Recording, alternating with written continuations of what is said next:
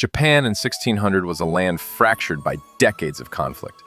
The Sengoku era, the age of warring states, had left the islands fragmented. Daimyo fought relentlessly, seeking to expand their domains, seize resources, and solidify power. Loyalties shifted overnight. Clans that seemed allied could become enemies by dawn. In this volatile environment, every decision carried weight. Amid this turbulence, Tokugawa Ieyasu observed carefully. Unlike other ambitious lords who rushed toward glory, he waited, calculating. He knew that brute force alone would not secure his family's future. Instead, he focused on alliances, secret communications, and understanding the true ambitions of his rivals. Sekigahara, a small plateau in central Japan, would become the stage where years of strategy, patience, and political maneuvering converged. It was not just a battle of swords, it was a chessboard where each daimyo moved their pieces, sometimes visible, sometimes hidden. In the quiet villages and misty hills surrounding Sekigahara, banners fluttered in the early morning wind. Soldiers prepared silently. Commanders whispered last instructions. In these moments of calm, the seeds of destiny were sown. The outcome of this single battle would decide the fate of Japan and the dawn of the Tokugawa Shogunate. Tokugawa Ieyasu was not a man of rash impulses. While other daimyo sought immediate victories through sheer force, Ieyasu built his strength quietly, meticulously. Every alliance was calculated, every enemy observed, every battlefield movement anticipated. He understood that true power did not come from fighting every skirmish, but from knowing which battles were worth winning. Ieyasu's network extended deep into the rival camps. Spies and messengers moved unseen, carrying coded information, watching loyalties shift like tides. He cultivated loyalty among his generals, rewarding patience and foresight, while subtly undermining rivals through subtle promises, threats, and the careful manipulation of fear. Sekigahara was more than a battlefield. It was a culmination of decades of planning. Ieyasu arranged his forces not only for immediate combat effectiveness, but to exploit the fractured loyalties of the Western army. He knew some of their key daimyo could be persuaded or would hesitate at the critical moment. Timing, patience, and psychological pressure were weapons as sharp as any katana. Even in moments of apparent stillness, Ieyasu's mind moved like lightning. He calculated every risk, anticipated every betrayal, and positioned his forces to turn hesitation into opportunity. By the time the sun rose over Sekigahara, Ieyasu had already laid the groundwork for victory. The battle would be decisive, but the true mastery lay in the invisible strategy behind it, the careful orchestration of human ambition, loyalty, and fear. As dawn approached, the plains of Sekigahara were alive with subtle motion. Daimyo from every corner of Japan had gathered, each bringing their own banners, armies, and ambitions. The Western coalition, loyal to Ishida Mitsunari, moved with urgency, their formations rigid yet tense. The Eastern forces, under Tokugawa Ieyasu, appeared smaller in number, but every unit was carefully positioned, disciplined, and responsive. The movements were not just physical, they were psychological. Scouts reported positions, rumors spread through the ranks, and commanders adjusted formations in anticipation of betrayals. Every daimyo had their eye on the other, calculating risk and reward. In the foggy fields where mist hugged the ground, even the approach of a single cavalry unit could tip the balance of trust and fear. Ieyasu's genius lay in his patience. While rival lords jostled for visibility and immediate advantage, he waited, observing the slightest hesitation. Some Western commanders, eager to assert dominance, advanced prematurely. Others held back, uncertain whether to commit fully. These small decisions, invisible to most, would become decisive. Flags fluttered, drums beat silently in the distance, and the men adjusted their armor and weapons, each movement charged with tension. Sekigahara was a battlefield, yes, but it was also a stage of strategy, negotiation, and quiet manipulation. The positioning of men, the timing of reinforcements, and the subtle signaling among allies were as critical as the clash of swords that would come. Every daimyo was a player, but Ieyasu was already thinking several moves ahead, ready to turn hesitation into victory. The morning sun had not yet fully risen over the plains of Sekigahara.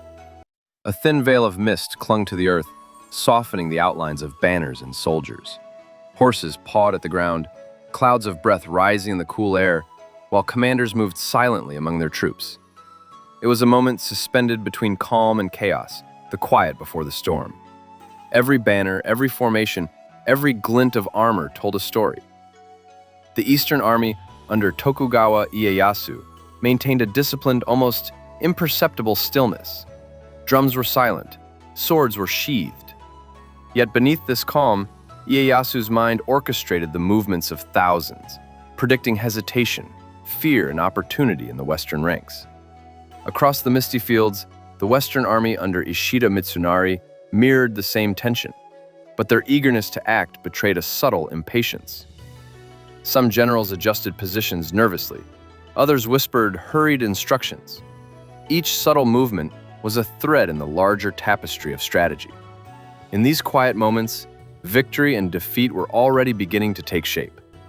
The plains of Sekigahara were not just a battlefield, they were a chessboard where patience, perception, and timing were far more powerful than brute force. Ieyasu's men waited, poised to act with precision. Every breath, every glance, every shift in the mist carried meaning. By the time the first clash occurred, the stage was set. The calm morning, veiled in fog and tension, would soon explode into the decisive battle that would decide the fate of Japan and the birth of the Tokugawa Shogunate. As the fog began to lift, Sekigahara erupted into chaos. The Eastern and Western armies clashed in a torrent of steel, smoke, and dust. Yet the true battle was not in the swords that flashed under the rising sun. It was in the minds of the Daimyo. Every movement, hesitation, and choice rippled across the field.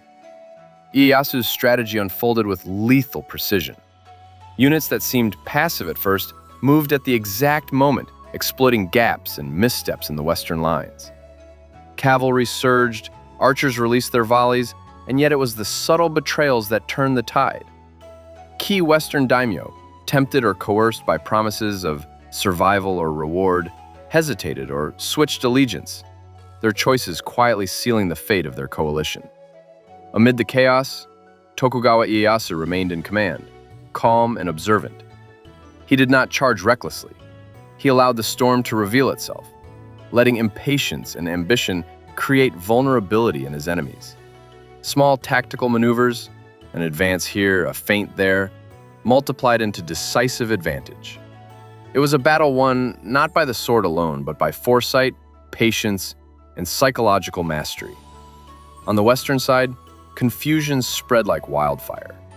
Units became disjointed, communication broke down, and panic set in among those who had expected victory to be simple and immediate. By the time the sun reached its zenith, the Eastern Army's momentum was unstoppable. Ieyasu's forces pressed forward with coordinated efficiency, turning hesitation into rout. Sekigahara was over in hours, but its consequences would last centuries. The decisive victory did not require every blow to be witnessed, nor every sword to be swung by Ieyasu himself. His understanding of timing, loyalty, and human nature had created an unassailable advantage. Through strategy, patience, and subtle manipulation, Tokugawa Ieyasu emerged as the unchallenged master of Japan. The fields of Sekigahara, once quiet and shrouded in mist, now bore the echoes of a single battle that would change the fate of a nation. Every fallen banner and every silent retreat told the story of a man who had won not just a fight, but an era. The dust settled over Sekigahara, leaving the Eastern Army victorious and the Western forces shattered. Tokugawa Ieyasu had not only won a battle, he had secured the foundation for a new order in Japan. The plains, once alive with motion and tension, now lay quiet, bearing the silent testimony of strategy and patience over brute force. Ieyasu moved swiftly to consolidate his gains. Defeated daimyo were either incorporated into his administration, reassured through promises of lands, or removed entirely from power. Loyalty was rewarded, disloyalty punished. Through careful diplomacy and decisive authority, he transformed a fragile victory into unshakable dominance. The political landscape of Japan shifted irrevocably. The Tokugawa Shogunate, born from the chaos of Sekigahara, would govern for over 250 years, bringing a level of stability unseen in generations. But the cost was invisible. Alliances were maintained by fear and respect, not trust alone. Even as celebrations were muted by the shadows of the battlefield, the message was clear. Tokugawa Ieyasu's patience, foresight, and strategic genius had changed the course of history. Sekigahara was more than a battlefield. It was the proving ground for the man who would become Japan's supreme ruler. Sekigahara was not merely a battle, it was the birth of an era. Tokugawa Ieyasu's victory reshaped Japan, transforming decades of chaos into centuries of order. The Tokugawa Shogunate, established from the triumph on that misty plateau, would govern with a delicate balance of authority, patience, and control. The fields where swords had clashed became symbols of strategy over strength. Ieyasu demonstrated that true power was not measured by the ferocity of action, but by the timing, perception, and loyalty he commanded. Those who rushed for glory fell, while the patient and observant prevailed. The political and social structures created in the aftermath of Sekigahara brought stability, economic growth, and cultural development, marking a stark contrast to the turbulence of the Sengoku period. Yet the legacy extended beyond governance. Sekigahara became a lesson in human nature and strategy, studied by future leaders, generals, and scholars. It was a reminder that wars are won not only by swords, but by understanding ambition, fear, and timing. Tokugawa Ieyasu's ability to wait, to calculate, and to act decisively at the right moment secured his place in history. Even centuries later, the name Sekigahara evokes awe and respect. It tells the story of a decisive battle where patience triumphed over haste.